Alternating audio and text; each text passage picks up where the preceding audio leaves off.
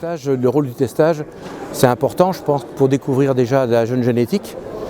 Le seul moyen, c'est quand même de les mettre ensemble et de les travailler. Donc moi, mon rôle, c'est pas de les améliorer. Mon rôle, moi, c'est simplement de les mettre dans une bonne attitude, un bon fonctionnement, pour qu'on puisse les juger correctement. Voilà. J'ai passé tous les jours les 50 étalons. Et donc avec tout ça, eh bien, tous les jours, on les a pris, je les prenais par 3. Et puis certains chevaux travaillaient un peu plus, d'autres un peu moins. Et avec les cavaliers qu'on avait, et qui ont bien fait le job. Donc ça, c'est important. Et puis après, ils ont été examinés plusieurs fois. Ils ont été examinés par les juges français, donc ça, c'était déjà bien. On a fait un premier jet, malgré, en plus du concours d'entrée. Donc l'examen d'entrée est très important pour nous, ça nous a permis de les observer. Puis ensuite, on les a travaillés, et ensuite, un premier regard important par les juges français pour l'obstacle, pour nous, pour les juges français. Un premier regard aussi pour la locomotion. Moi, on avait déjà mis toutes nos annotations.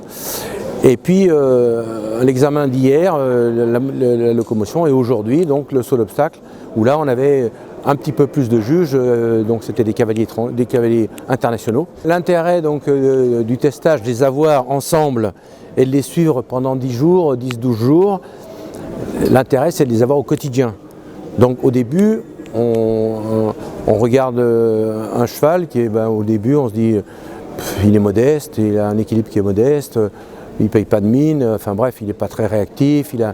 Et puis c'est le revoir le lendemain, avec l'amélioration de l'attitude, et le revoir le surlendemain, voir si le cheval il progresse, s'il évolue dans ce changement d'attitude, parce qu'on forcément, nous on ne cherche pas la performance, donc on ne cherche pas à les rendre spectaculaires, donc on les déshabille.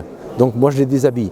Donc, et puis après, il y en a certains qui étaient plutôt pétillants, on s'est dit tiens c'est pas mal, c'est pas mal. Et puis on se rend compte que dans le travail, au quotidien, le deuxième jour, le troisième jour, le cheval est en train de changer, en mal ou en bien. Donc c'est ça notre travail, et c'est ça qui est intéressant.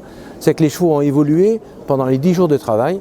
Il y en a certains qui ont fait le yo-yo, et il y en a d'autres qui ont été en montant, progressifs, donc qui ont une progression constante. Depuis qu'on fait le testage, ça a drôlement évolué quand même.